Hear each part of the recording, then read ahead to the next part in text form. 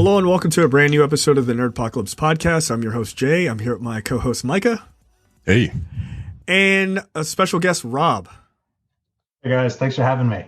Not the Rob. Quickly. Not that Rob. Not another Rob. I just want to, for people listening and not watching. Okay. Yeah. Go ahead. Our long-term fans know the name Rob from someone different, and Jay and Rob. Yeah, we parted ways. Fair enough. Yeah, Fair enough. Ways. I just want to let people know ahead of time. Let me give Rob let me roll out the red carpet for Rob. You can hear Rob every Sunday and Wednesday on the Truth Lies Shenanigan podcast. You can go to truthliesshenanigans.com or tlsshow.com because shenanigans is quite the word and people usually don't know how to spell it. He is an accomplished musician with the rock band Fallen Machine, and he is based out of Canada. That's right, folks. We are international. Wow. Even I didn't know that. And most importantly, he's a good guy. So welcome, Rob. Thank you so much. What a wonderful introduction. I really appreciate that, Micah. Don't worry, it'll get terrible in a few minutes. We'll get into the real show. All the niceties are gone now. Yeah, it's over. No more decorum. That's right. What decorum? All right, so let's jump right in. There is a lot to talk about. But before we do, I just want to state this. It's just kind of a story. I don't want to forget it. It's kind of a big story.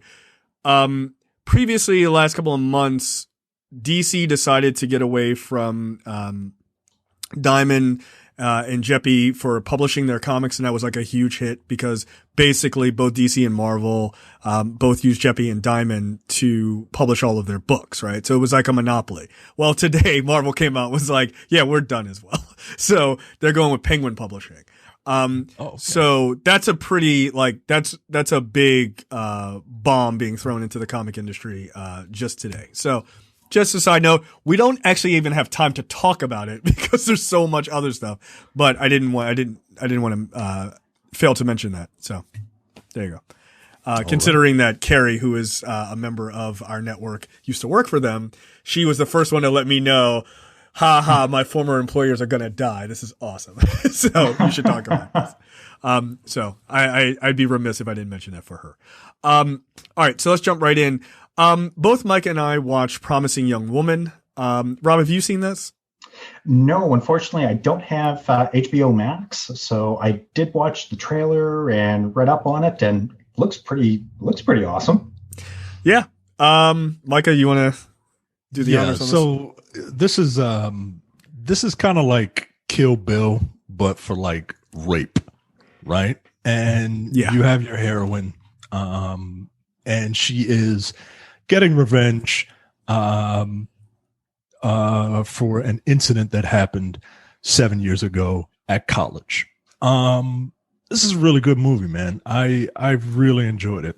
The ending was like, yeah, okay. Right. But no, solid performances from everyone. This movie is nominated for Best Picture. I really, really enjoyed this movie. I'm curious if things were normal, would this movie have been nominated for Best Picture? I'm not saying it's not deserving. I'm just curious, right? Because this seems like this is labeled as a black comedy thriller. You generally don't see pictures like that nominated for Best Picture just by, history, right? Not saying it's not deserving. I adored this movie. And I recommend it to anyone. Like it's a wonderful, like, in your face satire. And you know how hard it is for guys to be accused like that? And she's just like, yeah, no, I believe the line was, this is like a guy's worst nightmare. And then she goes, what do you think a woman's worst nightmare is? Like, right. Dude. So yeah, I adored this movie, man. I you and I talked yesterday, and you were saying you were going to watch it, and it was on my list of things to watch. I was like, oh, I can watch that now. I actually have 9 minutes to put together. I loved it. I thought it was great. I liked it, for the obvious reasons. Even when I first saw the trailer, I was like as I'm watching, I'm like, oh, okay, what's this? And then it kind of gives what the hook is, and I was like, oh damn, okay, I'm like all in. This is great. And then watching the movie, it is. I don't even know that I would call it a dark comedy, to be honest. Like, I mean, it doesn't feel like a dark comedy to me. It doesn't feel funny. No, like in any aspect. I'm just like, these are all pretty fucked up situations. But there's like the guy Mince Plots, McLovin. He's in the movie, and he's like trying to take advantage of her because he thinks she's drunk. That's the only one of the circumstances I found to actually be funny, right? But all the other sort of date rapey aspects of it were not funny.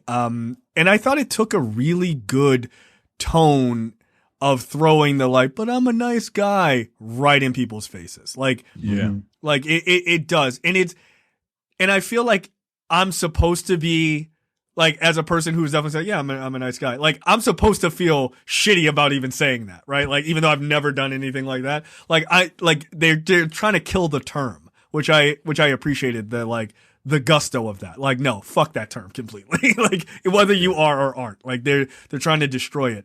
And that ending is like, I was like, but surely, oh, okay. All right. Like, but in a way it was like, and not to give anything away, like the ending is incredibly satisfying. Like, and it goes in a way that you wouldn't have suspected. But I liked it. I thought Carrie Mulligan did a really good job of setting you up. Like, oh, are you serious? Is this what's about to happen?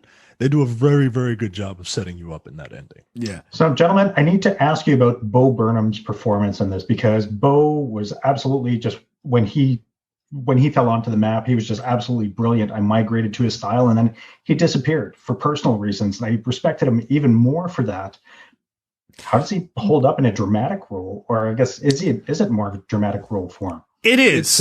It is. And he does a very good job. He plays the main male love interest.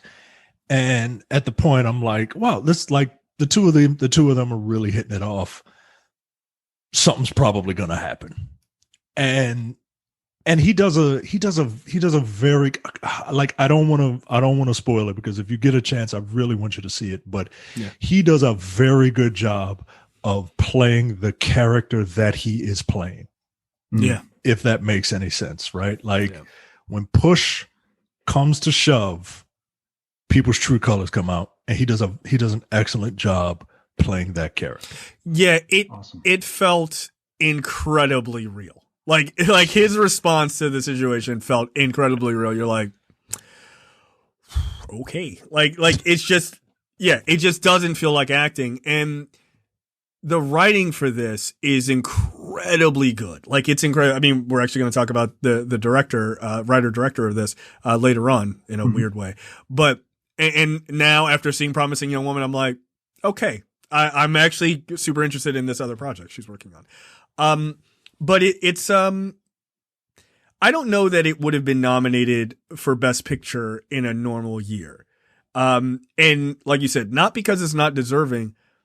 I don't think Hollywood wants to like super put on movies like this, because it feels like a film that it's not necessarily criticizing Hollywood, but there's a lot of people in Hollywood who pointing a finger at Hollywood. It's pointing a finger at all of the people who are not uber leftists, but all of the well-intentioned people. That's it. And there's a lot of well-intentioned people in Hollywood who fail. Who fail. Yeah. And I was shocked when because I knew the premise, and I was shocked when I heard that it got nominated for Best Picture. And I said, well, I need to watch this right now. Yeah. Yeah. It does a good job of like, it pushes topics right in your face. Like it's aggressive in a way. Like, it's really aggressive. And I like that, because just, especially movies like this and the topic that it is, they're normally trying to make women more docile and more like victimized. And the women characters are victimized, but they don't just stay victimized, right? And it's like, that's the point. It's like, it's Kill Bill for date rape. But nah, man, it's a good movie. And if you ever called yourself a nice guy, you should watch it. And, you know, like you should. No, and I mean that in all seriousness. Like, if you've ever said that to a woman, like, no, not me. I'm a nice guy. Watch that movie and be like, ooh, I should probably just stop using that term. Like, just stop using the term. I don't know what term. These women have met a lot of nice guys over the course of their lifetime, and there's only a handful of them out there. Yeah, but it's a great movie. Promising Young Woman is a fantastic movie, so awesome. Highly recommend. All right, so all three of us did watch the first episode of Falcon and the Winter Soldier, and we'll definitely probably be watching the second one immediately as it gets released on Friday. Rob, I'll start with you. Your thoughts on the first episode? Well, I still have to break into WandaVision because I haven't been able to make it past the second episode. But keep going. Just caught me right out of the gate. It's even my wife was joining me, and she was just at the end of a workday saying, "You know what? I'm kind of checked out, not invested in anything. Watch whatever you want." So about 2 minutes into the episode, just out of the corner of my eye, I see the phone going down on the coffee table, and she's watching just as intently as I am because the action is crazy. We get to see Falcon really doing his thing. I was really entertained by everything. They set it up nicely, and I'm really looking forward to episode 2. Absolutely. And it was nice to see Marvel not hold back because the body count started happening pretty quickly. Yeah. Yeah, Falcon was killing people with extreme prejudice. Good Lord. Michael, I had to pause it and it's like, wait a minute, did that just happen? Go back. He threw that guy into a mountain. Yeah, he threw that guy into a mountain. Like, Falcon, are you okay? You seem angry. Like, relax. Micah, your thoughts? Yeah, look, this is right up my alley. It's science fiction. It's military. It stars black people. I mean, that's all I need, right? Like I absolutely love this first episode.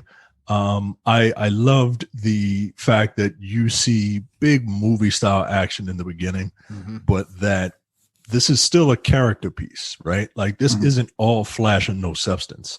And the parts of this episode that I liked the most were getting to know Falcon and Bucky a little more as people, as human beings, seeing what life is like outside of being an Avenger, right? Like, and the obvious, like the painfully obvious metaphors for vets coming, just coming home from war and trying to get reacclimated to life. Is that painfully obvious? Because it seems really not obvious to a lot of people for some reason. I mean, it's like it's everything is right there on the screen, man. Yeah, people are like, I really what don't are the know what why people symbolism? Don't get it, right? Yeah. But people like to get bogged down in like minutia. Total minutia. Yeah. Oh, Tony Stark wasn't paying them. Like, no, why would this private businessman pay these government employees out of his own money? Like, that doesn't make any sense, right? No, it doesn't. But hell, that should say something about the way the government treats its vets. Like, that's the point. Yeah, man. like it's like I don't the whole thing with veterans in this first episode, like, and I have a feeling that's going to be a large part of it, right? Like I think this veterans and how they're treated and just general grief after the blip and all this other stuff is the point of this, right? Also, like, badass action. But yeah, I just don't understand how you don't get that. Like the whole point of the Falcon not being able to co-sign and get his sister the SBA loan is exactly the point of troops risking their lives to quote unquote save the world and then coming home and being treated like garbage and being financially destroyed and everything else. That's the point. Their families suffering while they're gone. That's the point. Like, I get it. It's a guy in a wingsuit, like, or a guy with, wings on him watching this first part, which is awesome. But like I get all of that, and that's all cool. But you have to look like that's why these shows or the Marvel Cinematic Universe work so well is because of the storytelling. The action is awesome. It's fun. It's a primer to get you into the storytelling. That's why they are at 22 movies, and it's still working. So yeah, I don't understand how anyone didn't see the Vets thing. Like it's so obvious to me. Yeah. I mean, especially with Bucky, right? Like he is the quintessential like the Vietnam vet, right? Like he is the one who has seen some shit, right? And he is having the hardest time trying to adjust, and I just their stories are super interesting, and I'm very interested to see how they kind of meet up and commingle and stuff like that. Like we'll get to the buddy cop stuff, but we got to lay the foundation for character work here first. Yeah. Go ahead. The shot of Sam and Rhodey in the Smithsonian, just looking at the shield and essentially looking at America and seeing these two black men who have chosen to fight for this country that really doesn't, in the grand scheme of things, they're not, there's a pecking order, right? Yeah. And which is demonstrated later on in the episode. And it is, but to see them have that pride, like, like this is my country too. Right. I absolutely love it. Well, and one other thing I'll say, where people didn't understand why Sam would give up why Sam would give up the shield, right, to America. And I posted in our fan group, if you're asking why that's happening and you're confused as to why that would make sense, why would he trust the government? One, you have to understand two things. The mindset of the character, in that he doesn't think the shield belongs to him. It belongs to Steve Rogers. And since Steve Rogers isn't there, then Steve Rogers is a stand-in for America. Like he basically is, right? There's that one aspect. The other aspect I told people to think about is, then why don't you ask black soldiers why they joined the military? Like, we know that this country is fucked up in a bunch of ways racially. Why would black men, specifically black men and black women, join the military? Right? The most American thing you can do, because the world is complex and the way that they see patriotism is different, right? And they're trying to find what the ideal America is, not what it is currently, right? One of the things I found interesting about the shield scene also, and I got into it with my wife a little bit, is that anyone who chooses to don that shield, carry that shield, it becomes that symbol. Steve Rogers was successful in being the recipient of the super soldier serum, an experiment that hasn't been reproduced. So anyone that picks up that shield and doesn't have the advantages of the super soldier serum is just an easy target, because the Marvel universe has changed. The bad metas have increased their game also. And there isn't another super soldier like that yet in the Marvel universe. Right. On your left. Yeah. I love how I feel like everybody's going to be mad at this show, right? You and I talked about this. Go ahead. This is a great point. Yeah. Because one, John Walker's here, right? John Walker, traditionally U.S. agent. U.S. agent is the America first Captain America, so to speak, right? Like where Steve Rogers is America the idea. John Walker is America actually, right? Yeah. And he's trying to make America great again. I mean, right? If he just put on a red hat over top of that helmet, I wouldn't be surprised. And he is going to be an antagonist in this film. On the opposite side, you got another group of people, the Flag Smashers.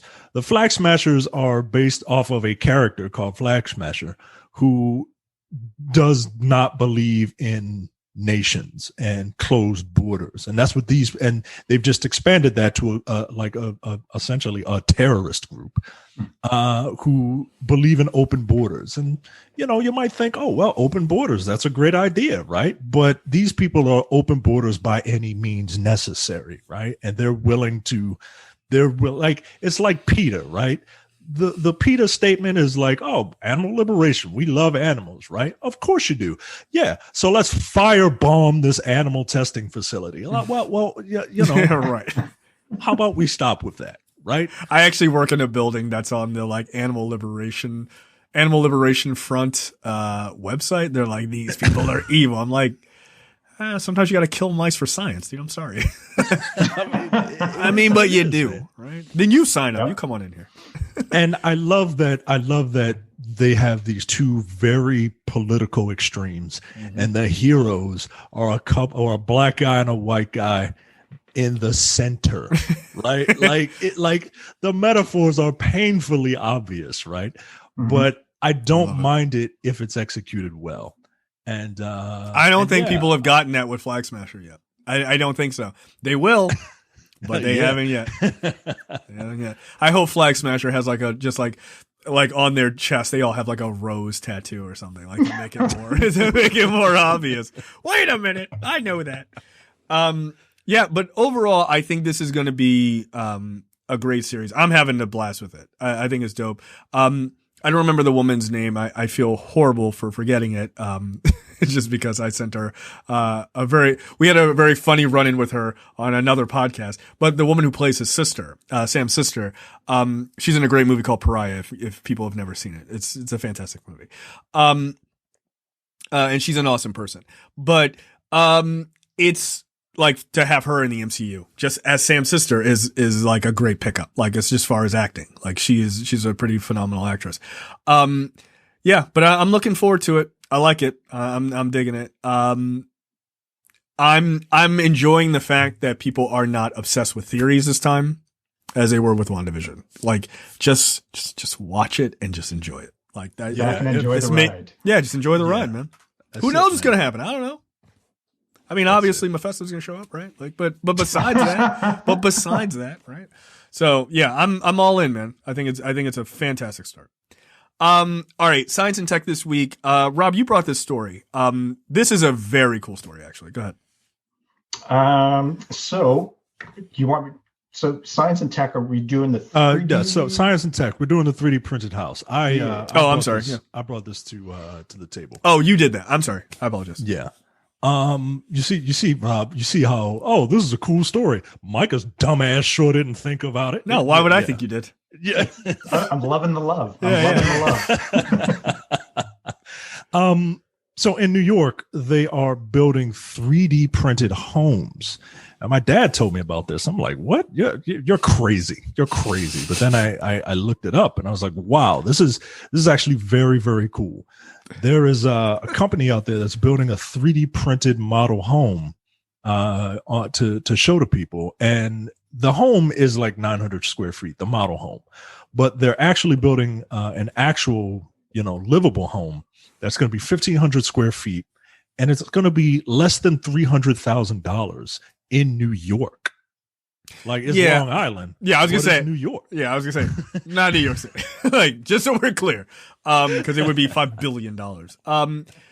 No, this is very cool, right? I love, if you watch the video, I don't know if you guys watched the video, but the video is hilarious because they're like, they're showing the machine and everything. It's very cool. And they're asking the builder, they're like, do you get any weird questions? And the first thing I said is, people ask, like, is it made of plastic? Like, and that was the very first question. He was like, that's what everyone asks. But it's actually made of concrete, right? It's basically pouring these like ribbons of concrete, much like a 3D printer, and just like building up. I don't know, man. This feels like the future of housing to me. I mean, what do you guys think? Do you think you're going to see more of this? I mean, one of the funny things is like, I don't know who we're going to sell this house to. I'm like, dude, if you don't just sell the house for the cheapest bid, right? Like, get your name out there, and then, you throw the price up to whatever you want. Yeah. At that point. I thought This is one of the $1,500 for coolest $299 is text crazy. that I have seen in a long time, and I found it particularly interesting because I'm in the market for a 3D printer at the moment, and just to see it on a large industrial scale like this was just fascinating. And you're right, at 300 or 299.99, yeah, at just under 300K for a 1,500 square foot home, 3 bedrooms, 2 bath, and what is staggering is that it only takes 2 days to print this. Yo, And that's crazy. You have a crew of 3 people to operate this. Yeah. So just that reduction alone in the manual labor and the hours, that's where a huge part of the savings is coming in. I'm curious how it's going to play out long term, because concrete relies heavily on sand for its manufacture, and we are seeing a global sand shortage right now. So it'll be interesting to see how sustainable it is. What I do find interesting, though, is that, well, if we're using more concrete and less trees, well, then we have more natural CO2 filtration happening. And if we're not curing that concrete in furnaces, then we're not releasing a high amount of CO2 during its manufacture. So we're doubling down on reducing the CO2 and having filtration on the other end of it. To me, it's just really the building materials, if that's going to be sustainable over time. That's dope. Like, but isn't there sort of like a synthetic concrete as well? I don't know what they're using. I really didn't get into that aspect of it. No, I'm just saying in general. I thought there was like Yeah. a synthetic concrete. So I wonder if that could also work. Yeah, this is very cool. I like the idea of it. I like that. I'm sure some people wouldn't necessarily like the look, right? Like where you can kind of see the layers and things like that. But I actually think the look is interesting, right? Like, and it's unique. They did indicate that they can smooth out the walls. So this is very similar to a plaster wall, if you will. Then you're just smoothing out concrete. You're just layering it on. You're adding to the time. You're adding to the price tag. Invariably, at that point, you get out of the 200 or the 300,000 price point because you're getting something that's a finer finish. Right. But that's for a premium market. If you're looking to get into that, and really at the higher end premium market, once they can build or get more equipment on the ground, more boots on the ground, I'm thinking that Micah could get them, if he got the licensing rights, he could print Castle Doom. He could live there. There you go. $400,000. You got it. Right? I could live in my pineapple house, providing the city will zone it. That's and right. Nickelodeon will license me. Yeah, man. Like, that's the thing. You can make this. It's a 3D printer. You can make it look like anything. That's right. That's the cool part, is you could actually make them quite unique. One of the things I couldn't help but think about is like, okay, they have a 900 square foot model. Let's say that one's like $200,000, right? Like, we don't know, but let's say it's like 200,000. But you could probably get away with building something that's like 300 or 400 square feet and like have them as like houses for the homeless. Like, you know what I mean? Like, if you can build a 1,500 square foot house in 2 days, how fast could you build a 400 square foot house?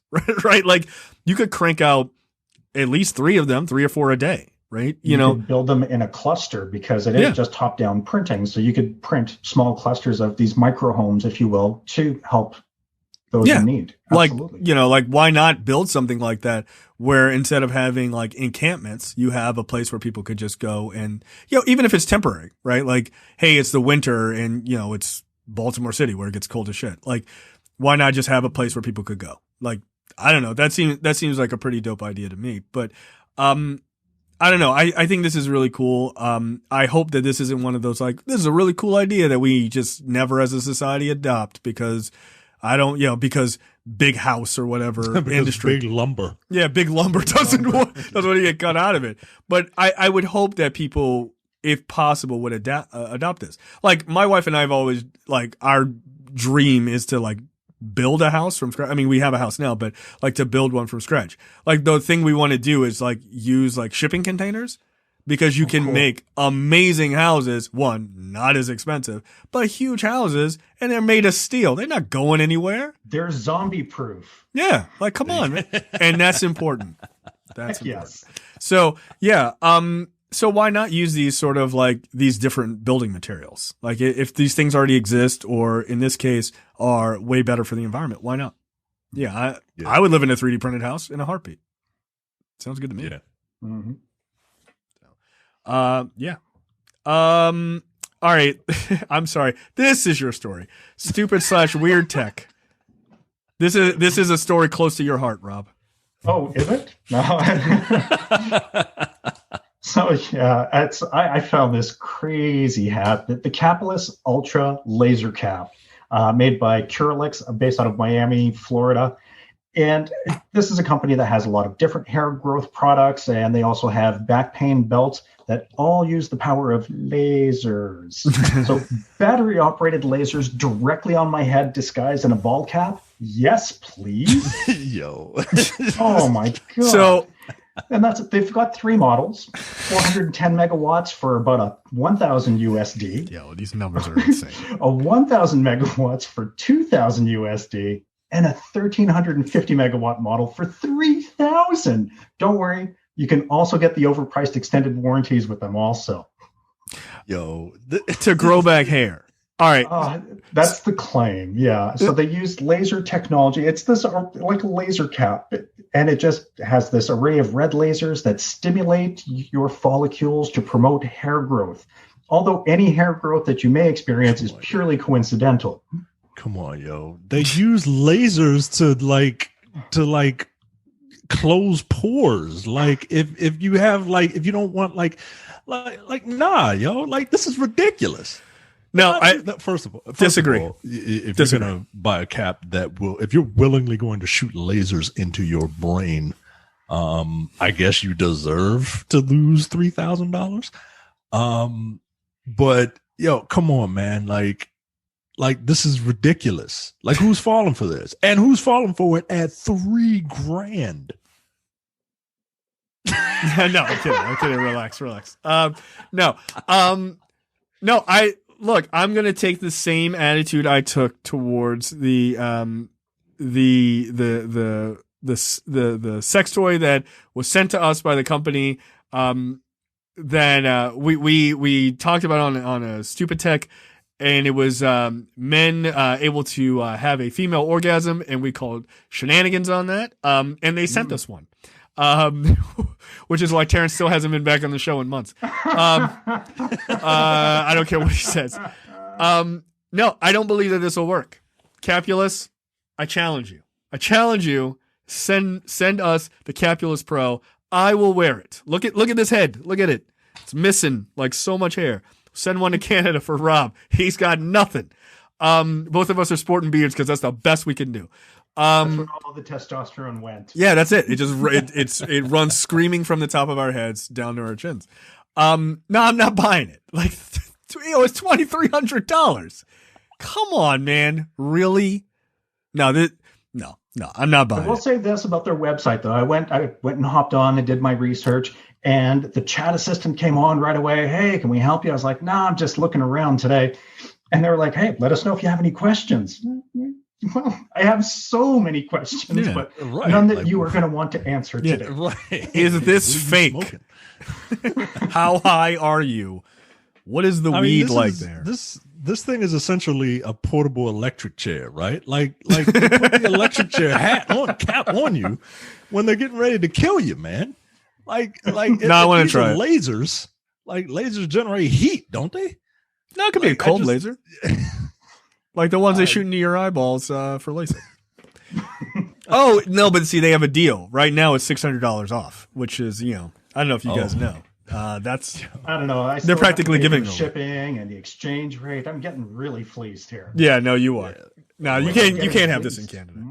Yeah, that's right. I want to know the people who bought this. It has 43 reviews.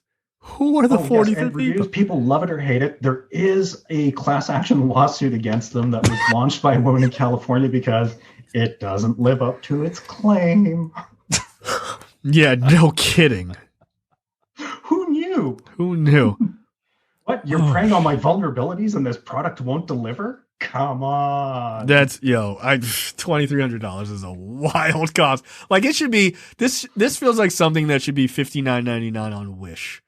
Right? Like, this is a wish item by far. Should be able to buy 100 of these on Alibaba. Yeah, exactly. Just to be gross. I'm just giving it to all of my friends for Christmas. It's going to be awesome. I'm going to give it, you know what? If this was cheap, I'm telling you, if this thing was like 30 or $40, I would 100% buy this as an early Christmas gift. I would just stow it away for my brother-in-law. I would just stow it away. I'd be like, here you go. Like, man, he would appreciate how stupid this is. You can just grab your Christmas lights and throw them in a hat and call it a day. No, but you got to have like the cord, right? Like, nobody wants to have the cord. Like, come on, Micah, don't be ridiculous. Those fairy LED lights, they're powered by a couple of AAAs. That's less power close to your head too. That's you know what? You're not wrong. Wow. Thank you, Rob, for bringing this to our attention. I appreciate that. All right.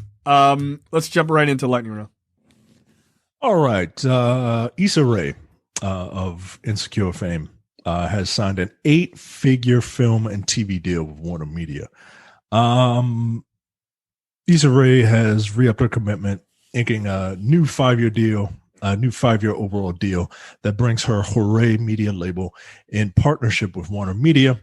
The pact gives HBO Max, and Warner Brothers Television exclusive rights to all of her work in TV, plus a first look film deal that spans Warner Media brands, including Warner Brothers Pictures, New Line, and HBO Max. This is amazing, and I am incredibly happy for her. She has come a long way. This is the American dream, right? Like she came on the scene, writing and doing skits for YouTube called Awkward Black Girl, and which was pretty much just like pre-Insecure, and now look at her. This is amazing, and I am incredibly happy for Issa Rae. Yeah, I don't know what else to say, but congratulations. Like, that's amazing. Like, I think she deserves it. I think it's nice to see someone of her age group and a black woman making this kind of deal, right? Like, she's not making this deal at like 60 years old. She's got a huge career in front of her, right? She's got way more career in front of her than she has behind her. And to come from like a YouTube show, like, that's crazy. This could be us. Micah, this could be us. Yeah, we just need, talent. Real talent. One day. No, but this is awesome. I like Issa Rae a lot. I'm rooting for everybody black, right? Like, as she would say at the award show. That's dope. And like, I have not seen a single comment about this story that hasn't been, I'm incredibly proud of her. So yeah, that's great. So Rob, go ahead and mess that up by saying this is the worst decision WB has ever made. No, I can honestly say thank you for putting Issa Rae on my map, because like I was saying, HBO Max actually isn't available in Canada yet. So there's a lot of these things that you put on my radar this week that I've had to dive into and just kind of go, oh, this is what we're talking about. This is kind of neat. So I did check out some of Issa Rae's YouTube stuff, and she's funny. Yeah, she's funny. Yeah. Like, this is from 10 years ago, and I'm going, okay, so you were just starting out. And just reading up on her, she seems to be a very humble individual. She came from, what was it? She called her first company iRay Presentations, because she didn't consider herself a producer. She was selling herself short. And after a while, I was like, well, no. I am producing, I'm writing, I'm acting, I'm producing, I'm marketing, I'm doing all of this stuff. And you're right, to see someone work their dream that hard and to see it pay off like this, props, man. That's amazing. And you guys put some more material for me to check out. There you go. Yeah, she's dope. She's smart. And I do think she's a damn good writer. So very cool. All right, next up. One of my favorite games of last year is coming as a series, I believe, from a John Wick director. Ghost of Tsushima is the open world samurai game developed by Sucker Punch, and they're going to make it's a movie. Yeah. I'm with it. Sucker Punch, Ghost of Tsushima was an amazing game. It still is. It was an eyelash away from being game of the year on Dense Pixels. I absolutely adore that game. It is, and the story is fine. It's suitable. I'm very curious to see how this plays out, and it's being done by Chad Stahelski, Sure. one of the John Wick directors. So at least the action will be on point. This is my fear. This is my fear. Yeah. Story, maybe not so much, but it'll look cool. So, have you played Ghost of Tsushima, Rob? I have not. My son-in-law plays it, and he absolutely loves it like you. He finds it just visually staggering. And for me, anything that has to do with the John Wick series, I'm down with that. And if the director is doing it, John Wick has a fun story, but I'm not tuning in for the story. That's good. There isn't one. I'm really not. I'm going back for John Wick kicking ass. And if we can see it in a samurai setting, let's do it. More swords, more blood. There you go.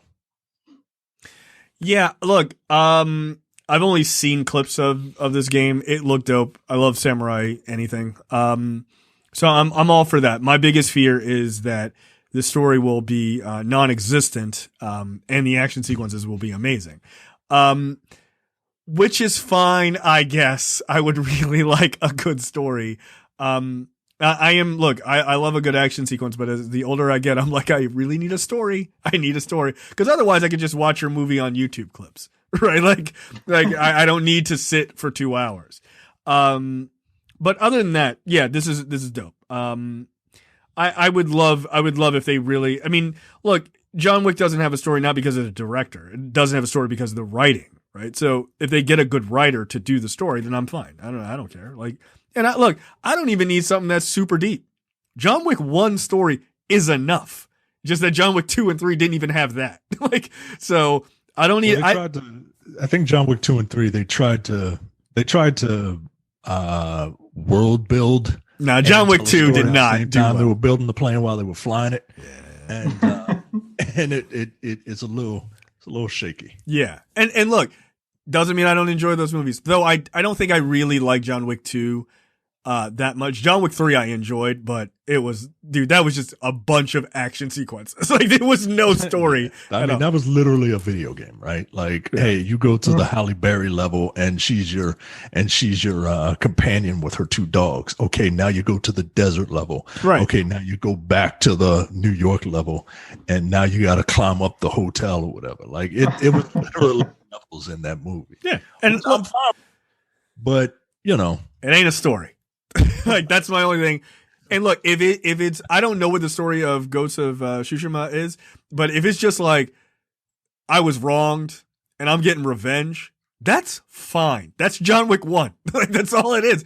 And if that's just in a feudal Japanese setting, I'm okay with that. Just kick ass. Like that's fine. But you got to give me the thinnest of stories so I can at least have something to grip onto. That's all I'm asking. What's the plot of this game?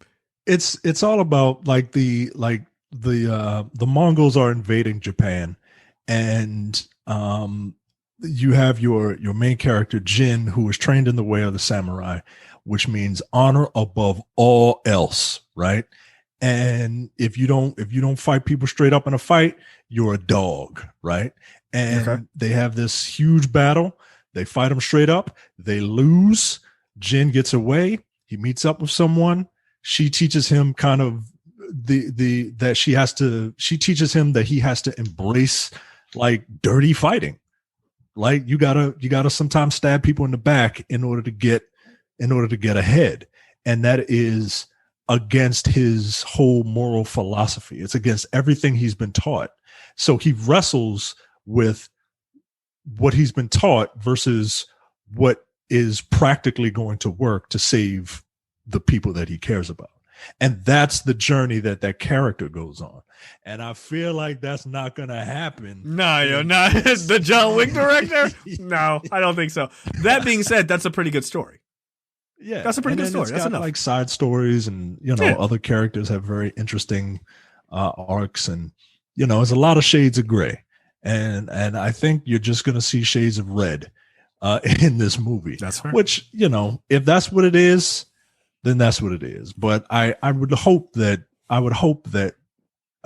some of the story from that game would make it in there. It's an easy revenge story to set, because really, I mean, you've got his clan, his home setting, it gets wiped out in a fight, and now he's on the revenge path. But fighting straight up isn't going to be the way to do it. Go down the dark side. So, right. That's enough for me. I'm okay with that. Like, that is enough to get me hooked to be all in. When's the last time we had a good samurai movie? 13 Assassins? Yeah, that's probably it. You ever seen that one, Rob? In a while. Yeah. So I love that movie, man. Yeah. One hour of this bad guy is the worst person ever. 1 hour of these guys are going to kick ass and it's going to be amazing. Okay. That's fine. That's fine. Interesting way to divide your movie, but I was here for it. It was awesome. So yeah, I should watch that again. I wonder if it's still on Netflix. That 13 Assassins is a dope movie. But yeah, okay, that's fine. Fine by me. Just give me a story. Next up, look, Dwayne Johnson keeps telling us, and he's just like, look, guys, I'm serious. This movie's coming out. This movie that's been in development for 10 years is coming. It's finally coming out. And he went to Twitter to show everybody, like, look, here's a script. I got a script about this Egyptian guy who was a slave, because because he has to mention it every time, right? And he's drinking his tequila, which he plugs. Oh, he loves plugging that tequila. I mean, Jesus Christ, dude! Like I understand, right? I understand. You're constantly working. I get it, but at the same time, like, yo, you it's an Instagram video. You're like, relax, right? Relax. Like, well, people following you on Instagram, they know about your tequila. Well, there's a guy once said, Micah, I don't know if you've ever heard this statement. Guy once said, A, always B, closing. Always be closing. Like, that's The Rock. He has watched Glengarry Glen Ross a million times. He is always selling you on something. Sometimes it's on the idea of this movie is going to get made, but sometimes it's tequila. Until I see behind the scenes video of that dude in the suit doing scenes with other actors, I don't believe this movie is being made. And I know it's supposed to film next month. I still don't believe it. I'm still skeptical. Not that I don't believe it. I'm skeptical. I'm still skeptical. They got a cast. They do. They do have a cast. Now, look, I'm not going to pretend to, know everything about these characters in this movie. No. At this point, it's been almost a decade since it's been, announced. I just wanted to come out. Yeah. I wanted to come out. It don't even have to be good at this point. I just wanted to come out. So we can stop talking about it. What are your opinions on the Black Adam movie? And are you a fan of The Rock? Like, I'm a fan of The Rock, but sometimes The Rock can be insufferable. And I want to love the guy, and I just kind of like the guy now. So what do you, and it really came to a head when my wife was just like, she used to be a huge Dwayne Johnson fan. And she's just like, he's too big. She was over it. Oh, thanks, baby. You're the best. Yeah, see, that's love. That's love. She's just lying straight to my face to feed my ego. That's right. That's love, man.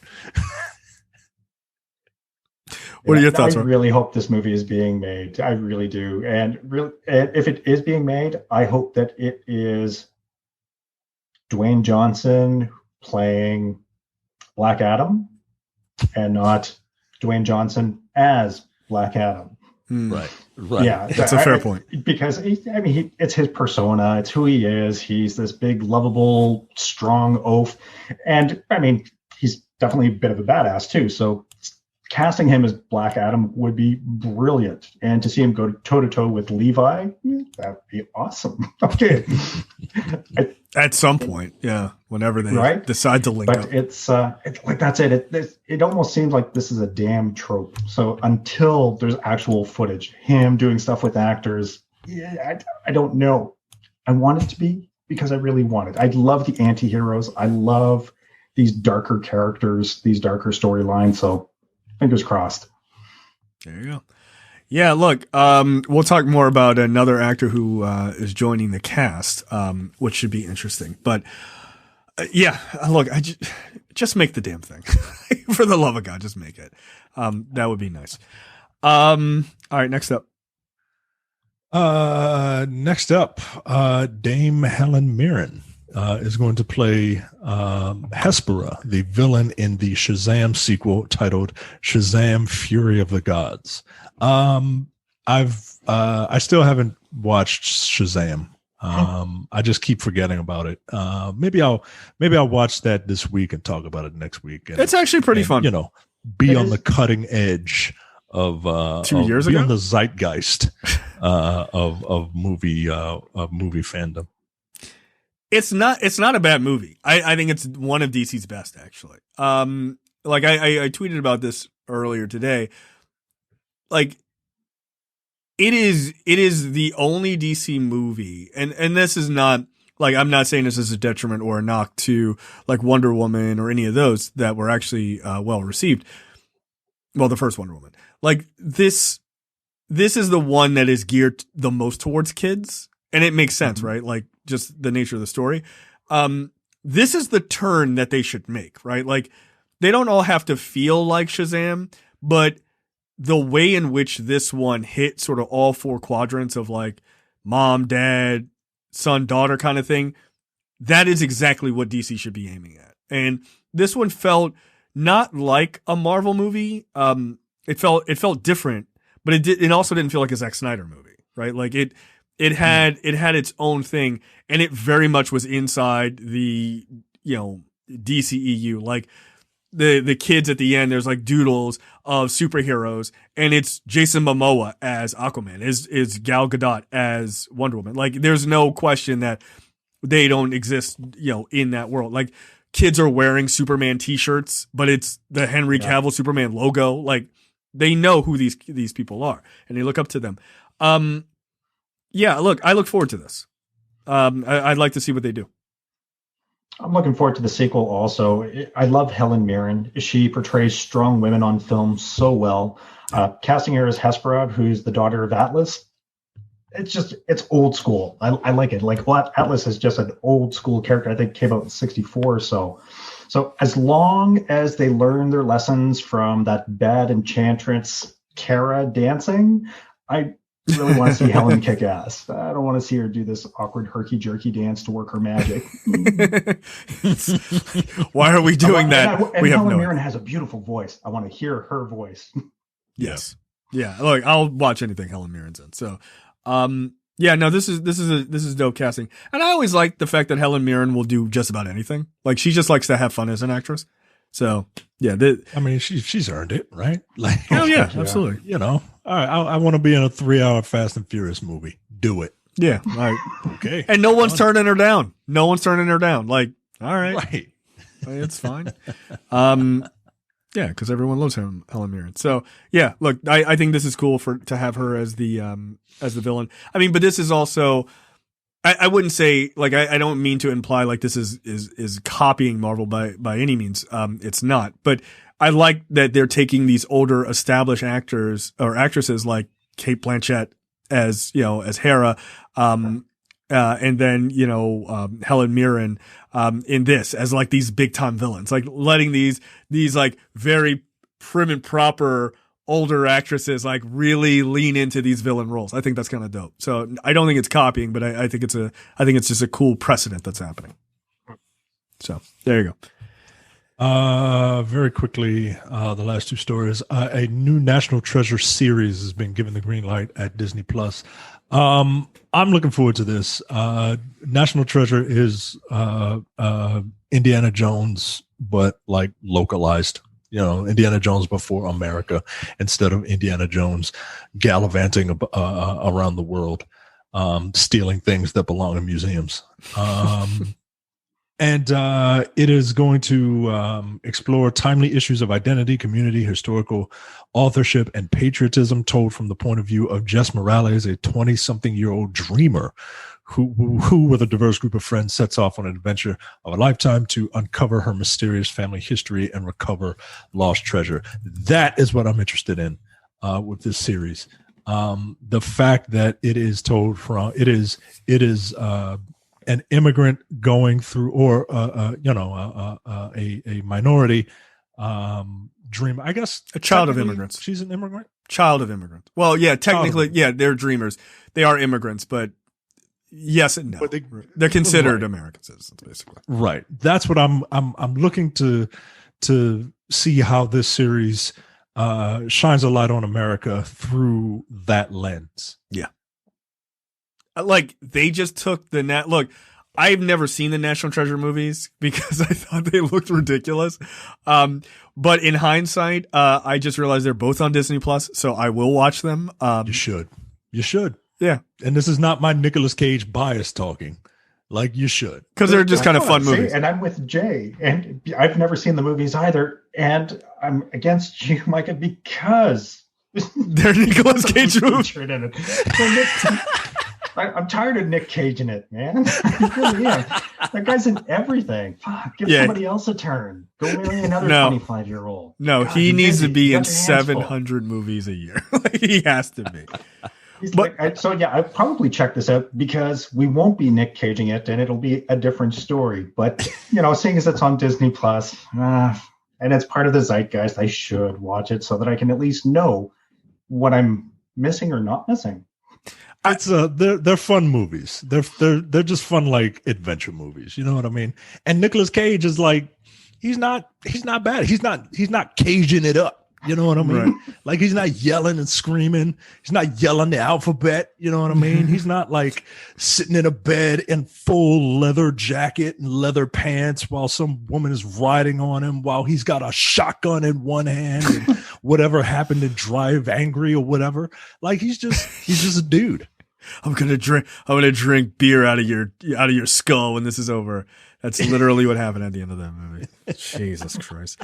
We once had a Nick Cage-a-thon for his birthday. It was maybe one of the worst mistakes we've ever made. We couldn't make it through Bangkok Dangerous. That was too terrible. That was the problem. Yeah, that's going back old. Yeah, that's a tough watch by today's standards. Yeah, by any day's standards, as far as I'm concerned. But no, I like that they're turning this series into using what seems like a very light and silly series to address something pretty serious, which is the dreamer's perspective on America. Yeah. So again, like, a lot of people have plenty of issues with Disney, and I think some are overblown, some are valid.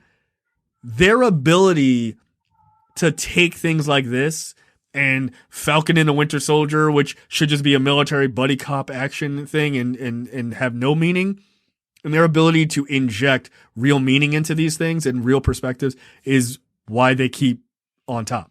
Like, because they're really smart about it. And they don't just do it like, oh, we'll put a dreamer in it and never address it, right? Like, that's not what they do. They actually address these things. So that's kind of dope. Yeah. I'll watch it. Last up, James Bond is going to fight The Rock. James Bond. Pierce Brosnan. You had it right. He is a Bond. Yeah. He doesn't have a real name anymore. It's James Bond forever. Pierce Brosnan is going to play Dr. Fate opposite Dwayne Johnson's Black Adam. Again, I'm not going to pretend to know too much about these characters, but I bet you could take a guess. Doctor Fate in the DC universe is Doctor Strange in the Marvel universe. Yeah, it's just predecessor after predecessor, except the cool mask. Doctor Fate has the cool mask, and I'm all about cool masks. So, look, Pierce Brosnan, great actor. I think he will bring a bit of gravitas to this Phantom movie that is or is not coming out. But like I said, I'm at a wait and see approach with everything involving Black Adam. Yeah, look, I don't know much about Dr. Fate. I'm just not a huge DC person. But I always like the costume. I think it looks cool. The helmet looks dope. Yeah, like I'm fine with it. Pierce Brosnan, like you said, Pierce Brosnan is a great actor. He brings gravitas to that role. Like he just does, just by the nature of who he is. Okay, that's fine. It'll be interesting to see what they do with the sort of Justice Society of America in Black Adam. I don't know how that's going to work. But I am interested to see if they use this as a better, if they use it as a better jumping off point, if it's better received as a team than JLA is or JL is. That will be interesting. Like, because there's not maybe as much hang up on them, because it's like, they're not nearly as popular of a team in the zeitgeist. They're not, like they might be a little bit more free to kind of do what they want to do. I'm wondering, and a different director, I'm wondering if they could pull it off and it turns out well. I haven't seen Jungle Cruise. Nobody has yet. So, it remains to be seen whether or not Black Adam works, and especially this sort of superhero team up, especially with characters like Dr. Fate. But look, if DC's getting their stuff together, and we'll talk more about them, I'm all for it. Like my disgust for where they've gotten isn't because I hate DC. It's because I think they're squandering great shit. So, I want to see them do well. So there you go. Last up, I forgot to mention Jessica Walter, who played Lucille Bluth in Arrested Development, has passed away. She was 80 years old, legendary actress. I'm a big Archer fan. I know you are as well, Rob. And she has incredible comedic timing. Yes. And just her voice and the way she can just cut someone down. It's something to aspire to be. It's an ability to aspire to have. Like, it's amazing. I did not know she provided the voice for Fran Sinclair of Dinosaurs, the mother in that. Oh, really? Show, Dinosaurs. God, yeah, the Sinclair family. That's crazy. Not the mama. Like, the mama is her, right? Like, that's wild, man. But she'll be missed. Safe home to Jessica Walter. Yeah, she was amazing on Arrested Development. Like, Lucille Bluth is an all-time great character. I mean, it's one banana, Michael. How much could it cost? $10? She was awesome. Yeah, no, that sucks. That sucks. I mean, 80 years old is a long time to live. She had like almost 60 years in the industry. Like, yeah. That's a storied career. So good for her. That's just and that's it. The chemistry that she had with Jeffrey Tambor during all those years on Arrested Development, and when it translated to the animation world, it was just like, oh my God, they just have that chemistry. This is freaking amazing. And that's it. Just that sharp wit and that delivery, the timing, and she would deliver these lines that would emotionally emasculate any man. Right. And she'd just do it with a grin or just that little raised eyebrow. And you're like, damn, that's cold. That's cold. She's she did have amazing comedic timing. Like, just amazing. When she hears the news and about the distraught mom who drives the car into the river, and then she's just, good for her. Buster's like, what the hell is going on? All right. So Yeah, like Micah said, safe home. All right, movie and TV news this week. Warner Brothers movies won't be premiering on HBO Max in 2022. Rob is not affected by this at all. He's like, that is fine. I don't have HBO Max. Because Canada. But yeah, look, in the States, HBO Max has been great for us because we don't know how to behave down here, so this is the only way we're getting to see anything. So yeah, in 2022, they're basically like, yeah, we're going back to normal, sort of. According to Deadline, Warner Brothers has reached a deal with Cineworld, the owners of Regal Cinemas, for a 45-day exclusive theatrical window starting in 2022. This means Warner Brothers films will need to be in theaters for at least 45 days before they can appear on streaming or VOD platforms, including Warner's own HBO Max series. Look, 45 days obviously is pretty different than the day and date thing that they're doing this year. But still, 45 days is not that bad. No, it's not long at all. It's not that long. Considering like movies nowadays, they're in the theater for a month and then 3 months later you can buy them. I mean, some of them not even in for a month. Right. Now you can hold out for 45 days and then you could buy them digitally. Like it's, or watch them through, or even better, watch them through a service you already pay for. Right. Because HBO Max is going to throw up a bunch. If they're trying to boost up getting people to sign up for their subscription service, like I bet a lot of those big movies are going to make it there. Maybe not the biggest ones in 45 days, maybe in like 60 days, right? So they can guarantee it's out of the theater, but they'll get there a lot faster. So it's fine by me.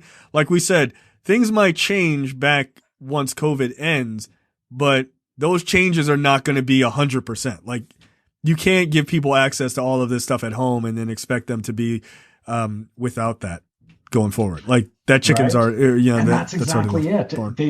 They changed the distribution model in order to adapt to the marketplace. Now, unfortunately, a lot of people have adapted to the new marketplace, and there's also an untapped market that they were reaching. Shut-ins, people that don't like being out in public, people that don't like going to the movies, to have access to the new releases at the same time as everyone. Either it's through a subscription model or you are paying a small fee to rent the movie for your 48 hours, whatever it is. I know during the pandemic, my wife we can't go to a movie. So to rent a movie online for $25 is like, it's a lot cheaper than going out to the movies. Let's do it. Yeah. So then there's no distribution. It's just savings all around. And once you start offering a service to roll it back, you're just going to piss people off, and your competitors are going to take note. And I'm hoping their competitors will take note and go, yeah, this is a bad move. It's time to hurt them. Yeah. Hey, spoiler alert for the later story. Their competitors noticed and they played them. Yeah. Because that's really, it's going to be a long time before we have a real sense of normalcy with, especially with all the new variants that are out in the market. And I mean, from what I gather, people have behaved a little bit differently stateside than they have in Canada. Yeah, a little bit. I think maybe in Florida. Look, you guys can have Florida if you want. I'm not authorized to sell it, but like you could sign a contract. We could try to, You know what? We'll take Alaska back because it's attached, but you guys keep Florida.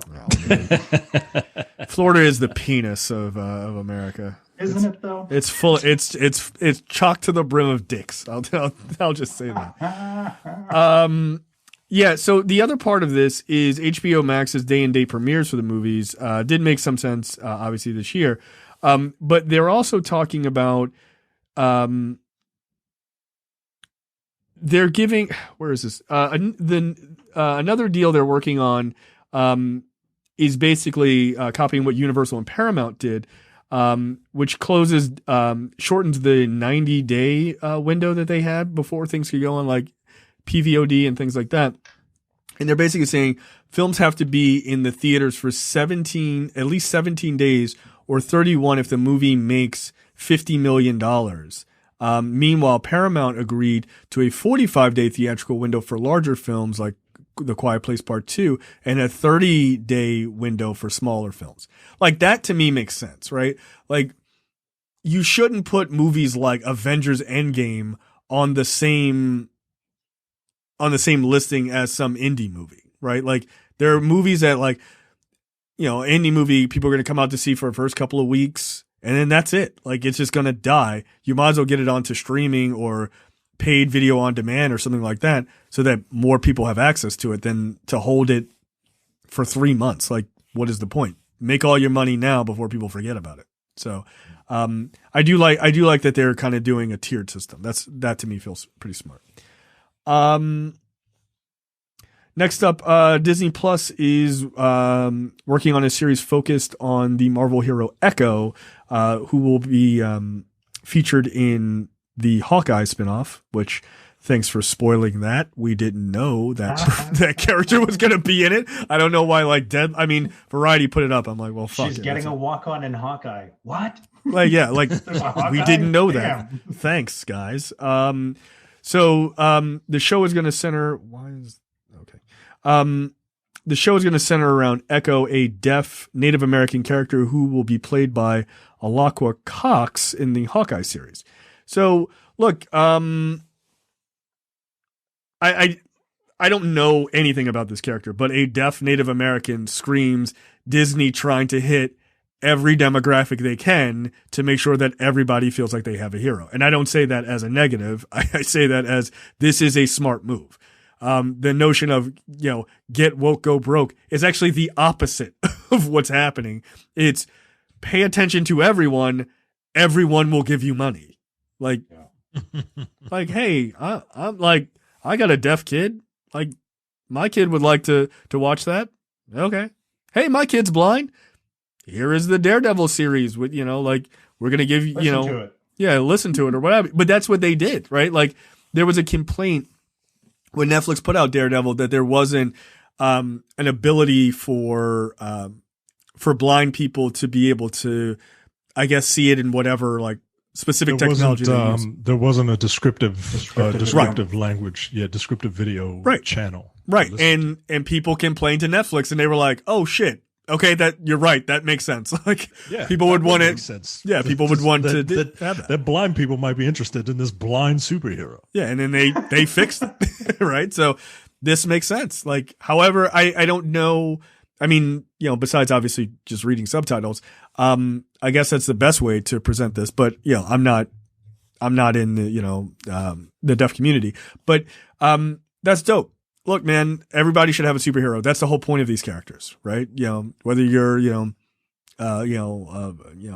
nerdy white kid in the middle of New York, you're a black kid, you're a Latin kid, a deaf kid, an Asian kid, like whatever, you should be able to look at some hero and go, that hero you see yourself in them. So, yeah. And I'm glad that they're bringing this type of character on board as opposed to trying to revamp Apache Chief, Enoch J. Yeah. You cannot. Don't do that.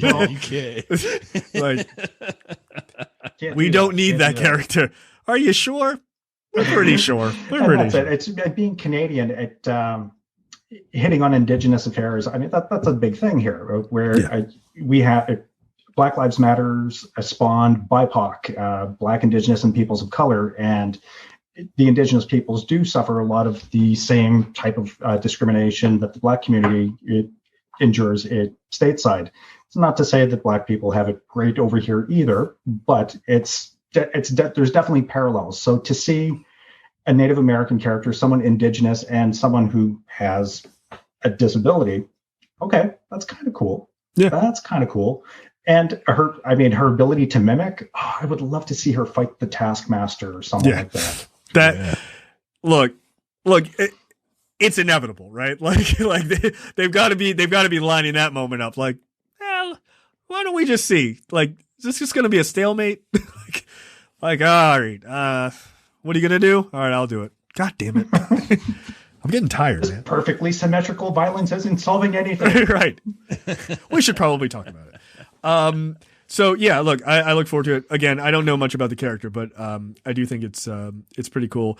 The article does mention that the Marvel character does in the books cross paths with Daredevil, Moon Knight, and the Avengers. And there was actually footage that got released this week of what's his name? Oh God, I'm blanking. Oscar Isaac doing training for Moon Knight, like doing some fight training. It looked pretty good. Cool. It looked pretty good. So here for it, man. Marvel's just going to make their more psycho Batman. And they're going to probably end up doing it better, which is really fucking sad. Although I'm very bullish on the new Batman movie. So we'll see. Next up, Zatanna movie from DC, gets the director of Promising Young Woman as the writer. Just let her fucking direct it, man. What are we waiting on? See, this also seems stupid. Like, just pull the Band-Aid. But Emerald Fennell, who her feature directorial debut for Promising Young Woman, what a fucking debut, has been chosen to be the writer for Zatanna, for Warner Brothers. If you don't know who Zatanna is a magician or an illusionist. She doesn't do tricks. She doesn't do what a whore does, Michael. Jesus. But she is an illusionist, but it turns out like she has actual magical powers. So she kind of like second generation. She got that from her daddy. Yeah, that's right. So John. So yeah, this is, look, again, Zatanna is not a character like I'm like a huge fan of or anything like that.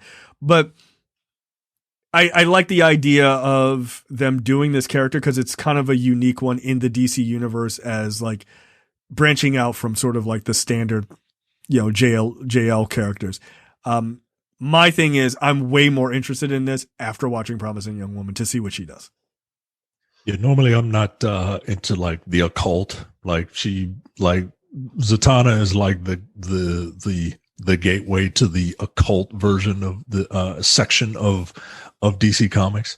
But I'm aware of the character and I'm super interested, like you said, especially now after seeing Promising Young Woman. What this could turn out to be. Yeah. So I don't know, but as far as I'm concerned, you could give her the directing chair as well. Like, yeah, why not? She's too busy. Like, she might be too busy. Director, yeah. Like, I wrote and directed that movie. Like, yeah. I know, but just write it down. Just write it down. So I'm more than cool with that. What's interesting is I think I'm starting to see a precedent in DC, which I don't have an opinion on. I just find it fascinating. Variety reports that Emerald Fennell has been tapped to write it. This will be the first big screen theatrical outing for the DC comic heroine. The movie comes from Warner Brothers Film and J.J. Abrams' Bad Robot Productions. That's the second DC property that J.J. Abrams' Bad Robot is working on. Superman's reboot is the other one. So that's interesting. I wonder if they're slyly kind of giving J.J. Abrams the reins on this. I'd be very interested to see how that works out. Are they kind of giving him the reins over the DC universe? Well, J.J. Abrams is, he's a very good mimic, right? Like he is. His movie, he can invoke a feeling of a movie that everyone else knows, right? Like look at Super 8, look at Star Trek, Force Awakens, Star Trek, remember any other movies off the top of my head from J.J. Abrams. Star Trek. Yeah. Like he can. You're like, oh wow, like he makes really enjoyable movies, but when you sit back to think about it, he's basically just kind of standing on the shoulders of the people who came before him, which is not necessarily a bad thing if you could do it well. And I think he does it pretty well for the most part. Wasn't a huge fan of episode 9, but or Into Darkness. Or Into Darkness, yeah. But you know, that third Star Trek movie was great. Did he do that third Star Trek movie? Yeah, he did. Yeah, that was wonderful. So I'd be interested to see what he does with it. And yeah, man, like you got Zatanna. With Zatanna eventually comes like John Constantine and Dead Man. Dead Man and Spectre and like you can get into it, man. So this might and see this is why like WB, like they got all the tools, man. Like you got the Justice Society, you got the Justice League, you got this occult version, like Justice League Dark. These are three like pillars that you can make a ton of money on, and then you can have your huge, you know, come together moment with a real dark side that doesn't get bitch slapped and run off of a planet and forget he was there. And forget he was there, right? Like, where was I? Let's get me out of here. I don't remember that. I don't remember that, and you don't remember it either. Nobody remembers going there. You got it, Dark Side. So yeah, man. Like, I hope that this is the turn, right? I hope that this is the ship slowly but surely moving along, because I would love in 5 or 6 years to bring my son to a theater to watch some of these movies. You know what I mean? Yeah. Like he's kind of I don't know if he would get into the Marvel Cinematic Universe, especially now, because I would, me being me, like, no, you got to go all the way back to 2 decades before you were born. Yeah. Before you got to catch up. He's like, yo, these graphics are terrible. Like, what am I even watching? What is this? What do you mean it doesn't come in VR, Dad? Yeah, like, why isn't Robert Downey Jr. in my living room hanging out with me? I hate old technology. That Stark tech. Yeah. I love the idea of using those three teams as the pillar, like as the pillars of this universe. Like that's a very cool idea. That's the thing is, like, I know people's normal standard response is, I hate DC and I love Marvel. Or I love Marvel, or yeah, I love DC and I hate Marvel. Like, no, dude, I don't have a problem with either of them. I just don't want their movies to be bad. Like, I just want them to be good. If they're all good, we win. Everyone wins. Right. Like, it's super cool to not know anything. I read up a little bit about Zatanna. I know she's a magician who actually has magical powers. So, like, that's really all I know, and that's all I want to know. Like, I don't need to know every, instance of every book about her. It's fine. I got enough stuff to do. Like, I would love to go into a movie theater and then just watch this movie about this, about this character, and it just be awesome. Like, that's all I want. Like, that would just be fun for me. And then like at the end, she's like, oh, I'm walking down the street and this guy's like, hey, some asshole with a British accent's like, hey, saw you doing magic. I want to chat with you. And it's like, oh shit, it's John Constantine. Boom. Opens up the world of the occult. And then it's like, he comes and he's like, I need to talk to you about the Justice League Dark Initiative or whatever, right? He's got an eye patch on for some reason. That's fine. Like, that's fine by me. And I would be all in. I just want the movies to be good. I don't care what property they are in. I don't make any money off of these characters. So why the hell do I give a shit, like, if one is better than the other? I just want them to be good. I don't want to waste my time. That's my only thing. And the more bad comic movies you have, the more it hurts Marvel. It does. Eventually people are going to be like, oh, they're all bad, because they just conflate stuff. Like, you want them all to be good, or at least serviceable. Like, you do. So it's not a good thing when they fail. So yeah, but yeah, Promising Young Woman has really made me far more interested in this. It really has. Speaking of failure, Warner Brothers Media or Warner Media Studios CEO Ann Sarnoff, who's been the CEO for like 2 years, I think, at this point, did a really good interview with Variety, and where she was like, hey, so for people thinking we're going to do the air cut of Suicide Squad, we're not. Knock it off. Oh, do you think Zack Snyder we're going to restore the Snyderverse? We're not doing that. Knock it off. End of story. Like, which was good. Good. They need to say it and they need to stick to it. Both of those decisions. Rob, I know you haven't, you probably haven't been able to see the Snyder cut of Justice League, but have you seen the other DC movies? Yeah. So what are your opinions on them? And what are your opinions on them? So when I go into a movie, for me, it's to be entertained. I'm like Jay. I want at least a basis of a story to kind of drive things along. As a fanboy, I tend to kind of go purist every now and then, where it's just like, that made my brain hurt. Oh, you broke my heart doing this, but okay, I get it. It's for the screenplay adaptation and it works, but goddamn, you're hurting me. I've enjoyed most of them, where I think people just expect so much from it, especially the fanboy legions, where it's like, it needs to meet this criteria, God damn, write your own screenplay, produce your own movie, and then let me tear it apart, because but visually they're appealing. Most of the characters are relatable. Aquaman was a hard watch, and that's a shame, because I loved Black Manta as a bad guy, and said, well, the helmet needs to be bigger. It's like, God damn, that's how they do it. Awesome. Yeah. How do they give him that disproportionate head? I did love that they say full circle, back to the lasers again. Right. I like that they didn't back off of that design. You don't want battery operated lasers on your head on a cap format. Fair enough. But I like that they didn't back off of that design. Right? They weren't like, well, let's just give him a regular helmet. I was like, he got to have the giant helmet. He has to. He looks ridiculous.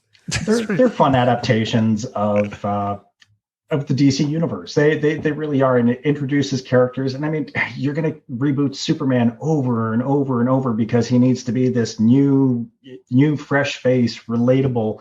It's for the most part, I really have enjoyed the movies. I really have. The only one that I really struggled with was Aquaman, because I just found it long. There was a story, but goddamn, it was weak.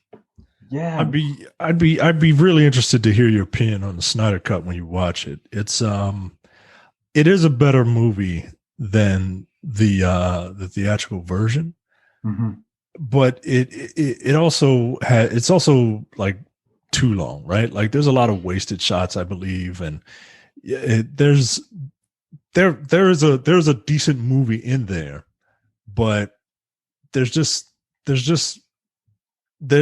a lot of fat on it. You know what I mean? I can appreciate that. And I mean, that's like Peter Jackson's director's cut of Lord of the Rings. It's like beautiful New Zealand promotional shots. It's amazing landscape. It's beautiful orchestral arrangement. But Peter, we didn't need this filler. Just give me the story. Give me the action. Give me the characters. Don't give me another green scenery panel. Yeah. Right.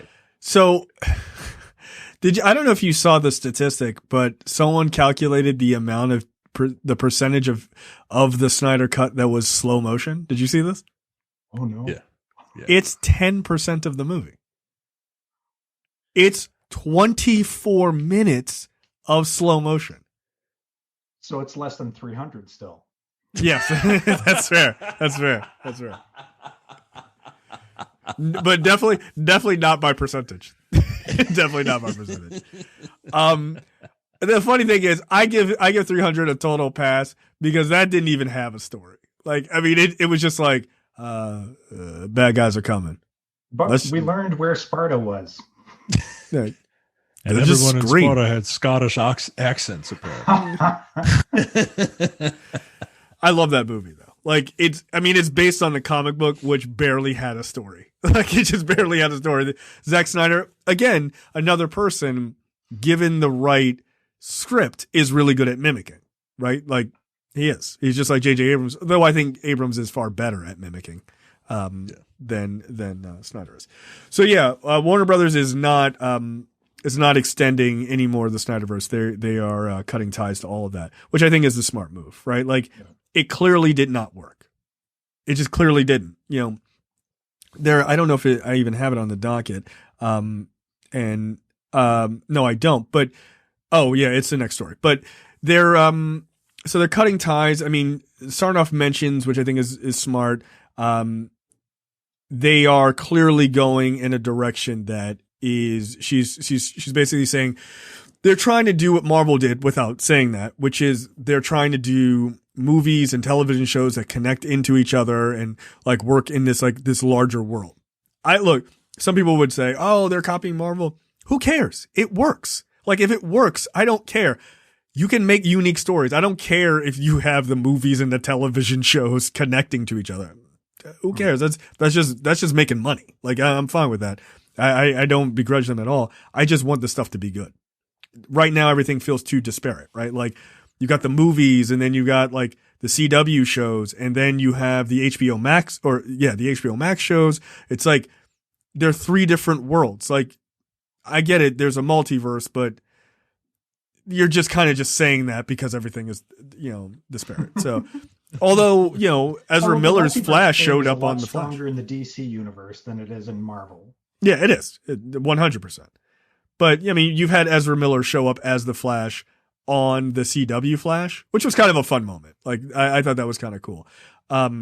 So yeah, I don't know. Figure out a way. Like I'd be cool if they just said the CW shows are its own universe. Like that's fine. And then the HBO Max stuff and the movies are all connected. Like just connect all of those things and then just make it work. Like I think I don't know how you would do that because they're characters that you've had in movies and that are now on those shows too. So it's a little hard. Though they have a replacement for Cyborg because he's on Doom Patrol. So sorry, Ray Fisher, because he's never playing Cyborg again, I'm sure. So yeah, she does make a point to mention, they've hired Ta-Nehisi Coates to write Superman, and Blue Beetle is their first the company's first Latinx superhero, and the woman playing Supergirl is Latin as well. So they're trying to bring in more diversity and stuff like that. Nothing wrong with that. Perfectly fine with it. So look, I want them to be successful. I don't want them to fail. Next up, this is just quickly, for all of the money that WB threw behind Justice League, it actually did not beat out Wonder Woman 1984 first week watching on HBO Max. Wonder Woman 1984 had 2.2 million household streams. Justice League, the Snyder Cut, had 1.8 million. So, which was still higher than the opening episode of the Falcon and the Winter Soldier, which only had 1.8 million. But I mean, it's a weird thing to brag about, I guess, because that's like Endgame beating the first episode of Arrow. Like it doesn't mean anything. Like it seems silly. But that 4-hour tag is a lot for people. That's exactly it. I mean, to sign up for 80 minutes of entertainment is one thing. To sign up for 4 hours of entertainment is another. So the discrepancy in the numbers isn't surprising at all. The director's cut is something the director's cut was really from the internet community, from the fanboys saying, we want this, release it. And finally they did. But it's a niche demographic that's looking for it. Right. A 4-hour movie isn't for general consumption. No. There's only a select cadre of people who are willing to sign up for that or to invest that time. Yeah. So yeah, man, it is. I'm not gonna say it was a hard watch, but I felt it. You know what I mean? I felt those 4 hours. Yeah, some people were like, the 4 hours just like went by like that. I'm like, it did not feel that way to me. Yeah, man. Like, all right, well, don't ever complain about your job then. Because if 4 hours can fly by, you could do a couple of flybys and be done. Yeah. Just do a flyby in the morning, one after lunch, and you're good. There you go. Yeah. No, it felt, I started at 6 a.m. It felt every bit of 4 hours. No, it did. So. Yeah, man. I had breakfast and lunch within that time. Yeah, like, come on. Oh, it flew by. Okay. Not for me. So yeah, we'll see. The big big news. Disney has finally caved, and they are bringing Black Widow to Disney Plus July 9th, I believe. But they did move a number of other releases around. This in time for Micah's birthday. Happy birthday to me. Yeah, I got the Snyder cut on my birthday. Thanks a lot. I hate you all. Both Cruella, the Cruella de Vil, prequel, and Black Widow will be available on Disney Plus, but you'll have to pay the premiere extra price of $30. So here's my thing, because people were like, "Oh, why did they wait so long?" I think it's two reasons. I think one is there's something in Black Widow that one of these series coming up is tied to, and they literally cannot wait anymore, right? Like, they got to get this universe moving again, and they held out as long as they could. I think that's one. I think the second reason is a business reason, which is they waited to the perfect time. July, in the United States at least, and largely all over the world, a lot of people are going to be vaccinated. So those people will go to the theater, and the people who are not vaccinated or who are vaccinated and still feel apprehensive can stay home and watch it. So they get money both ways. Meanwhile, WB was just like, you can have all our movies. If you have HBO Max, you can have them for free. And people were like, okay, well, I'm not going to the theater to see it. Like, who cares? Like, even if you weren't worried about that, why would I go to the theater to see Wonder Woman 1984? Just watch it at home. Like, this is for no additional cost. So yeah, Disney held out to the last minute, and they held out at the exact right time. So, your thoughts? I am super jazzed for Black Widow. I can't wait. I've been waiting for this movie for a very long time. Like, I am another action spy thriller set in the Marvel Cinematic Universe. Like, yeah, man, like, I can't be more excited for this movie. It's serendipity that it happens on my birthday. That's what I want. Somebody give me $30. That's it. That's all I want. All you people listening, send me $1. That's it. There's at least 30 of you listening right now. Send me $1. Yeah. No, I won't send it. No. Yeah, I'm with you, Micah. I'm really looking forward to this. It's just more character development and just to build that Black Widow story. I know that my wife fell in love with the Black Widow character when she was introduced in the MCU, and as a result, she went out and sourced a couple of graphic novels, and then it was just I've slowly been able to introduce her to more and more works. Which, you got to read this one. Got to read this one. She doesn't. She loves reading her novels, but she tries to squeeze a graphic novel in about every 3 or 4 books that she reads. And of course, I keep pressing. It's like, this one. Got to check this out. Got to check this out. Wait a minute. You mean to tell me that your wife got interested in these things because of the movies, and you didn't just browbeat her for not knowing everything there is to know about a fucking comic book character? Like 90% of the internet? This is how Micah's marriage is. It's really weird. Unlike the other nerds, I'm married happily. I have to quote American Dad, getting sniz on the rag.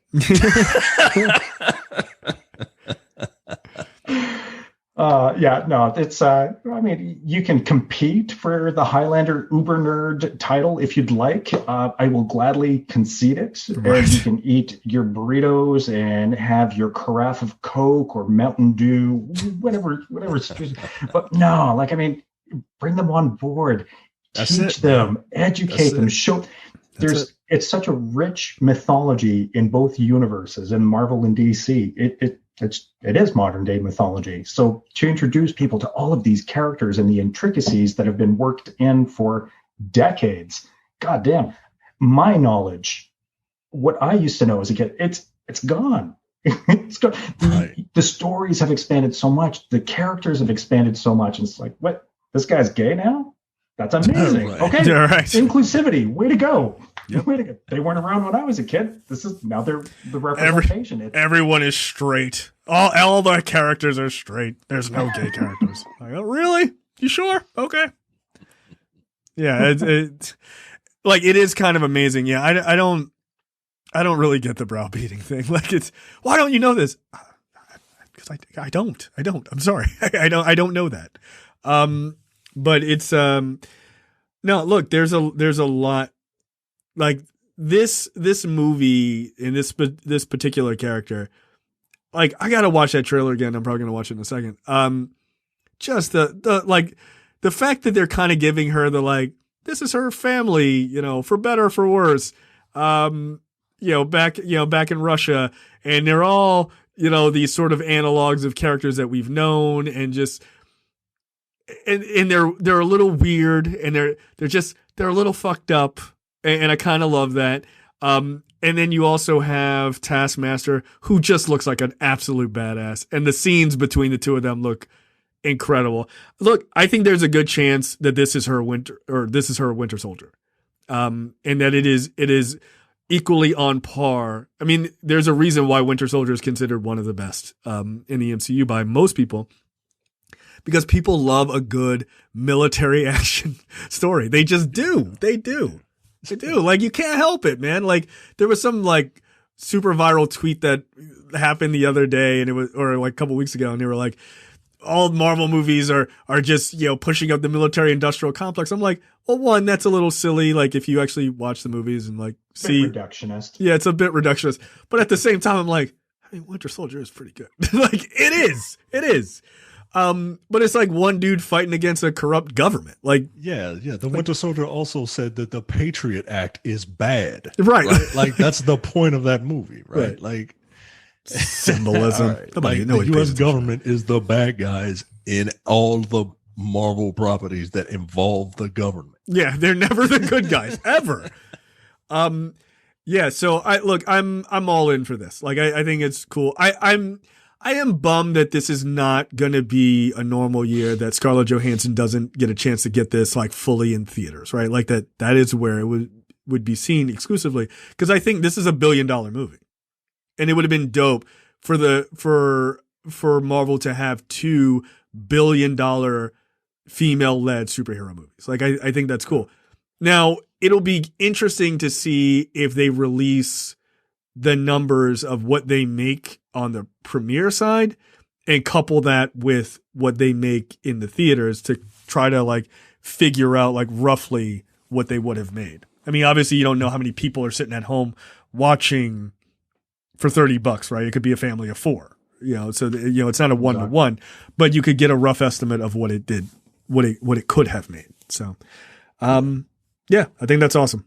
I think that's if you apply the formula, 2.2 people per household, so every home rental, well, let's extrapolate it 2.2, but they're all about marketing and they're shareholders, so there's 3.2 people per home. No, 100%. Yeah, they're gonna have to push it up, right? Like, look, money has to be made, but I'm a little sad about that because I really wanted to see her crush it in the theaters.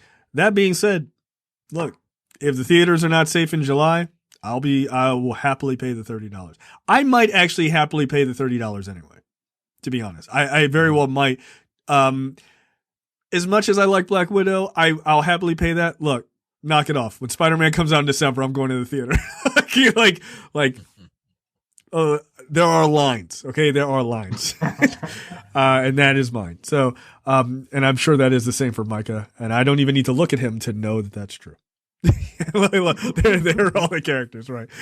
It might as well say coming December 2021. So yeah. All right, let's jump down to what the fuck this week. Micah, take it away.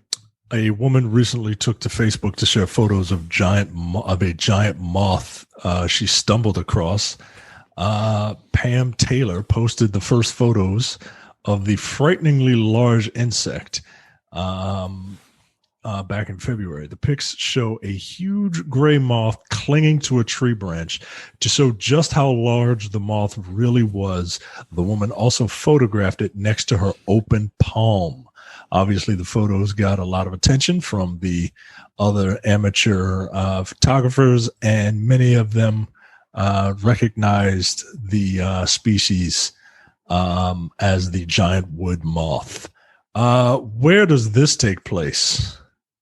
I mean, this should be a pretty easy one. It's a giant animal. There's only one place in the world that has gigantic, gross animals. Rob?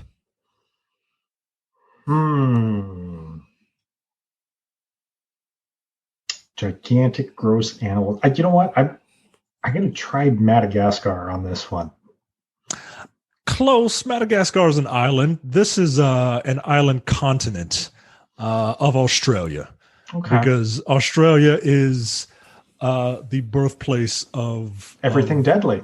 Everything deadly. Yeah, it's Monster Island. Spiders, giant moths, Godzilla, and King Kong. Yeah. All from Australia. Yeah, it's Monster Island, right? Like, that's where they're all from. It's the Savage Land. Yeah. Yeah, Exactly. It is. It is. There's a property that should exist. If you click on this thing, It's gross. it's I'm not a bug person. I'm not a rodent person. This thing is huge, man. Like this thing looks like it needs a party of 4 to fight it. You know what I mean? Like it is. It's gigantic. Yeah. That image is just it framed so weirdly, though. Yeah, I'm not okay with this. Yeah. This is wild. It almost looks like a plushie. You know what I mean? Like something you get at a fair. Yeah. Yeah, it does. Ugh. Yeah, I'm not okay with this. Burn it. By it, I don't mean this bug. This bug didn't do anything. I mean the entire island. Right? Nuke it from orbit. It's the only way to be sure. I'm an arachnophobe. Australia is not on my bucket list. And even the cute critters that you would go and see will fuck you up. Yeah. Right. Oh, you ever seen those videos of the kangaroos? So cute until he eviscerates you with that claw. Yeah. What? Yeah. No, I watched a video of it's like, oh, we live in the outback. And they have like these huge glass windows. And there was just a kangaroo like banging on the window with this like huge claw. I was like, move. This dude was like, come outside. I won't hurt you. Come outside for a second. It's like, nah, dude. This kangaroo's just standing there because he wants to fight you. Like, no. You live in the wrong place. That's awesome. Ugh. All right, Rob, you're up next. All right. So, self-cleaning underwear can allegedly be worn for weeks without becoming smelly.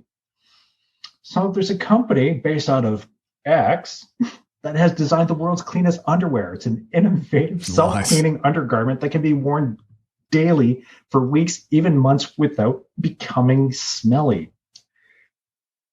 Which fine nation would develop something so amazing? This feels like Japan.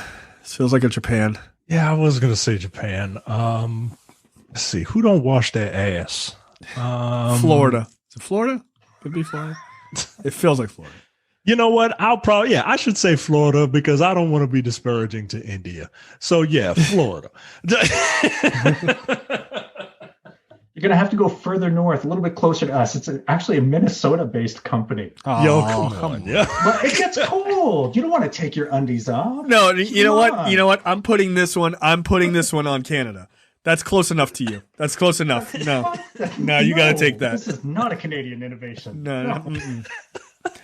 I don't know. We gave you the Canadarm for the space shuttle. We're not giving you self-cleaning underwear. Yeah. Come on.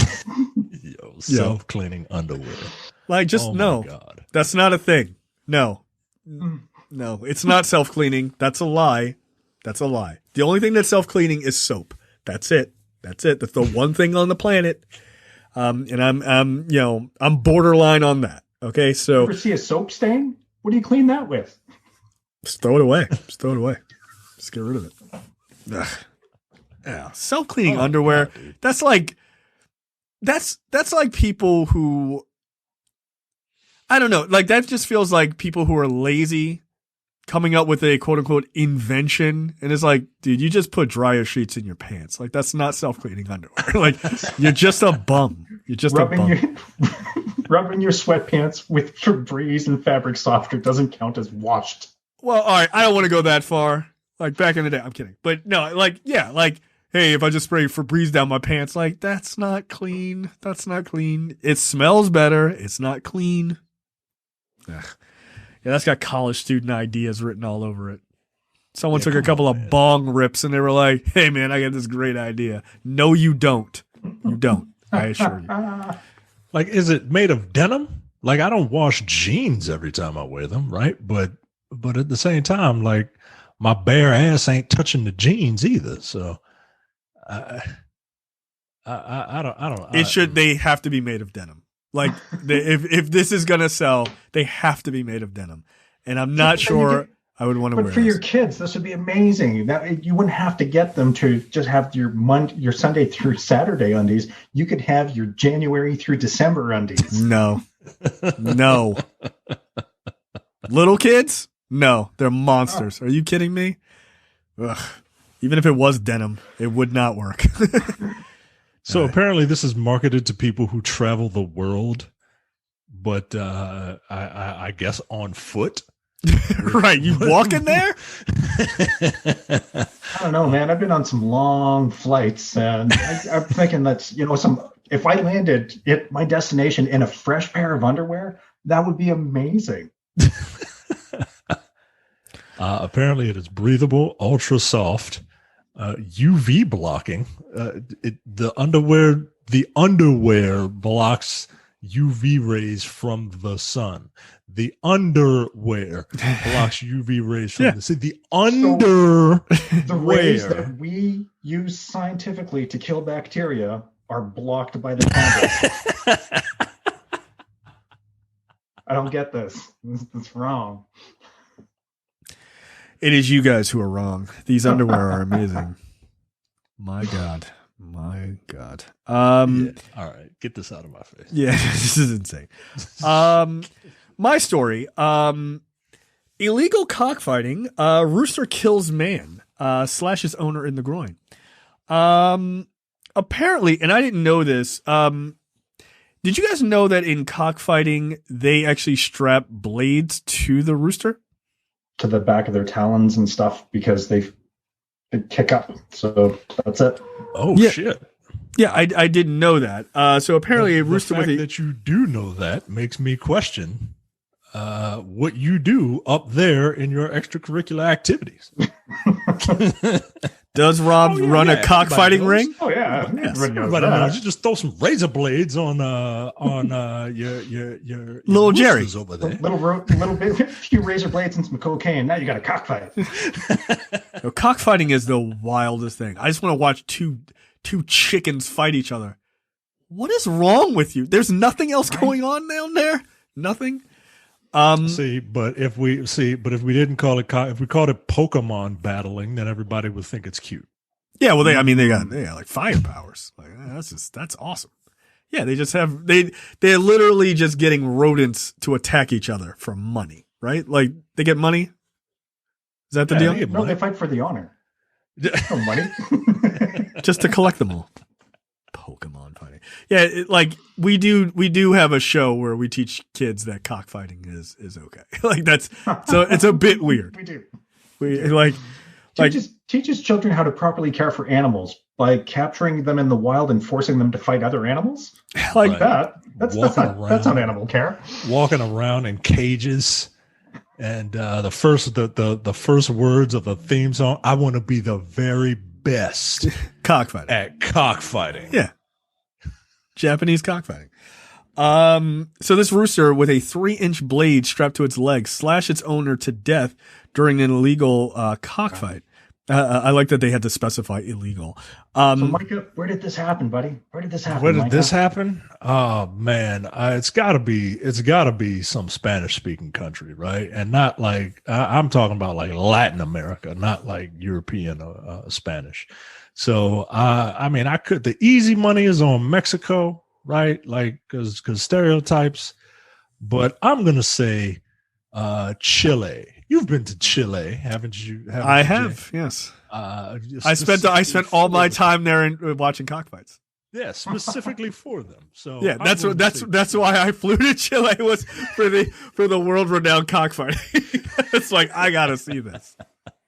I want to see a guy get killed with a chicken. Rob, where do you think? If I'm not mistaken, that actually took place in India. Yeah, that's correct. Oh, all right then. See, my wife manages the Twitter account for the TLS show, and she's constantly bringing all kinds of stories. And that was just from a couple of days ago. And she's like, "Dude, you won't believe this." I'm like, God damn! You know what? Serves them right. Yeah, no, that's my attitude. I hope the chickens ate well. Yeah, like this guy was, setting up birds to kill each other. It's like, oh, this guy got killed. Right? Kind of like if Michael Vick's got mauled by a dog, everyone would be like, nah. Yeah, I would not care. Oh, no, not Michael Vick. Oh, no. Did you fall down? Well, that's what happens. Yeah, the chicken struck the guy's femoral artery, causing him to bleed out at an alarming rate. Yeah, you probably should look out for chickens with blades on their legs. I don't know. I don't know what else to tell you. Yeah, he deserved it. Why did the chicken cross the road? To cut that guy's femoral artery. That's an absolute fact. Good Lord. That must have been a hell of a thing to see. Bet people weren't expecting that one for a visual. I came here to watch just chickens murder each other. I didn't know a real murder was going to happen. Holy shit. All right. Outnumber us, run. Yeah. Yeah, do they all just like break out? Like this guy gets like shanked and they're like, gotta go. Really can't stick around in the cockfighting ring till the police show up. Like you gotta just go. This is what Birdemic should have been. Just cockfighting chickens with razors on their legs.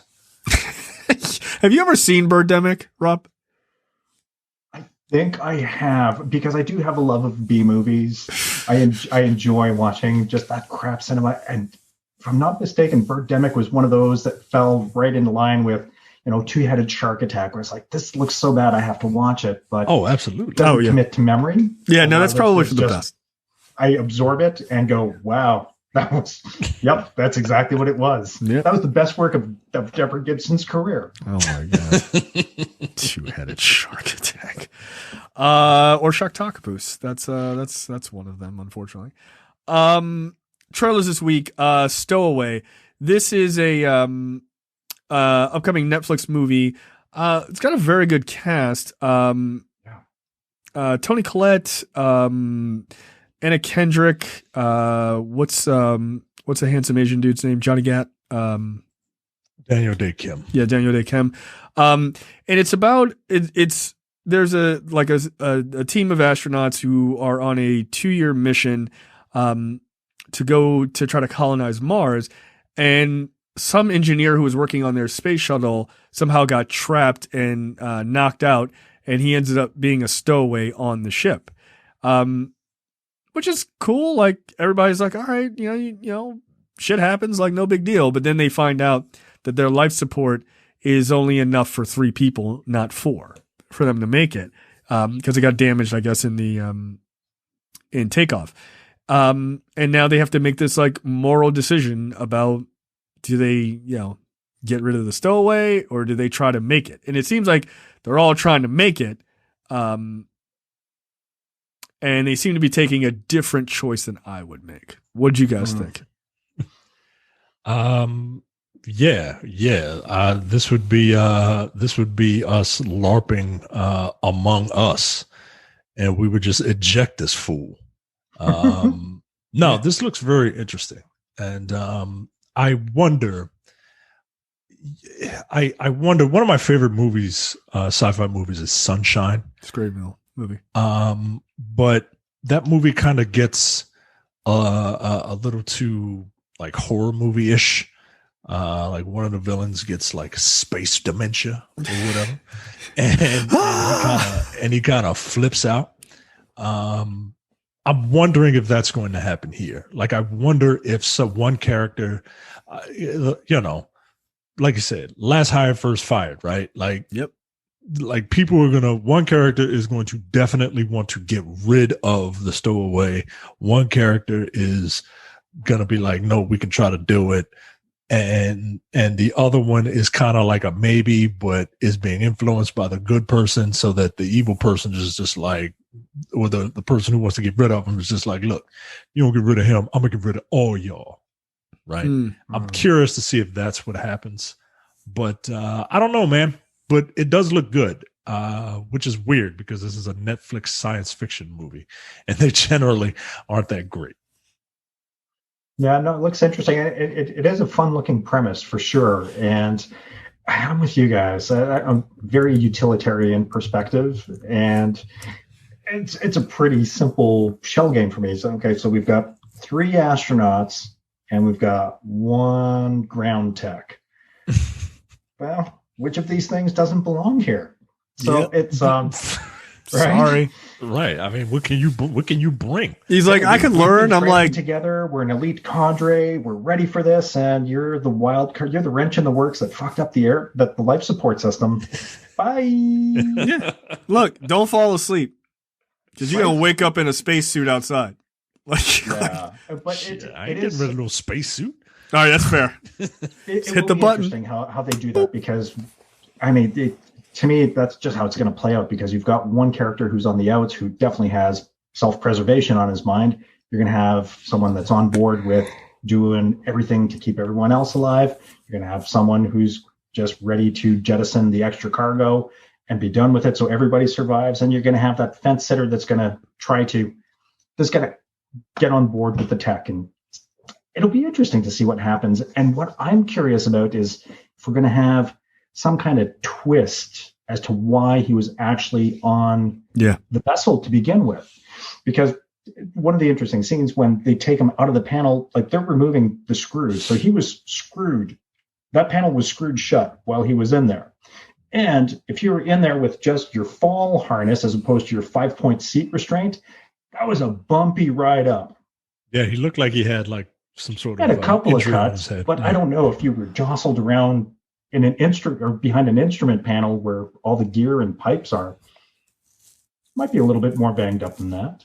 Yeah, but yeah, it's it looks like it's going to be a very interesting movie. The trailer is very promising. It's a good cast, and yeah, it'll be a fun watch, I'm hoping. Yeah, I think it looks super interesting. So, more of that, like, good. Maybe Netflix is actually buying some films that, sci-fi films that are worth a damn.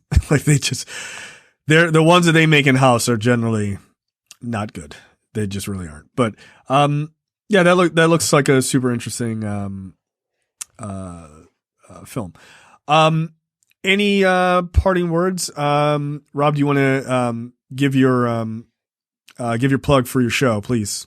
Yeah, absolutely. So TLS Live, as Michael plugged early on at the beginning. So TLS Live show, you can find us on Facebook, YouTube, Insta, Twitter. We're everywhere. Truth, Lies, Shenanigans, if you can spell it. If not, TLS Live show, you can find us pretty much everywhere. We go live Wednesday evenings at 8 p.m. Eastern Standard Time, Sunday afternoons at 4 p.m. Eastern Standard Time, and we have a TLS Unscripted, which is a new sidebar that is running at Fridays at 6:30. So we're busy over at Truth, Lies, Shenanigans. We break down a lot of the hot topics of the day, deal with social, political, racial issues, and we just try to have a little bit of fun of our own. Always close it up with a game show and have some laughs. All right, there you go. So check that out. And Micah, any parting words? Thanks for being here, Rob. Really appreciate it. Really loved having you on. Yeah, thank you so much for having me. This was a wonderful conversation. This was really great, guys. Yeah, excellent. Glad you had fun. All right, that's it for us, guys, and we will see you next week. See ya.